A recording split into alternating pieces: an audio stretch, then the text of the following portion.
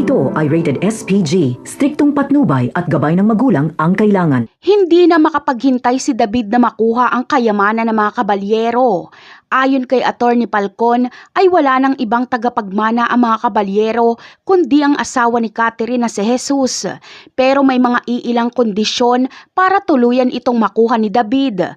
Halimbawa dito ay ang matapos muna ang burol ng mga kabalyero bago pag-usapan ng mga kayamanan nito. Bagamat makukuha ni David ang mga ari-arian ng mga kabalyero, pero may mga nakatagong ari-arian si Senyor Facundo na hindi mapupunta kay David. Dahil sa last will and testament ni Facundo ay ibinigay niya ang mga ito kay Tinding. Ilang mga tagong lupa at ang bahay na huling tinulugan ni Tinding at Noy ay kasama sa mga ibinigay ni Facundo kay Tinding. Noong malaman ni Facundo na walang matitirhan sila Tinding ay dito siya nagdesisyon na bigyan ito ng lupa at bahay. Kaya naman hahanapin ni Atty. Falcon si Tinding upang sabihin ang tungkol dito. Hindi ito tatanggapin ni Tinding pero wala siyang magagawa dahil para talaga ito sa kanya. At isa pa ay mapipilitan siyang tanggapin dahil wala silang matutuluyan ni Noy.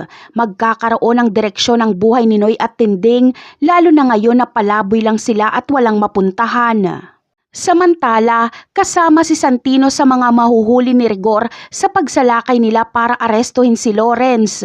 Sa pagkakataong ito ay papatakasin ni Rigor si Santino at hindi niya hayaang madala pa ito sa presinto.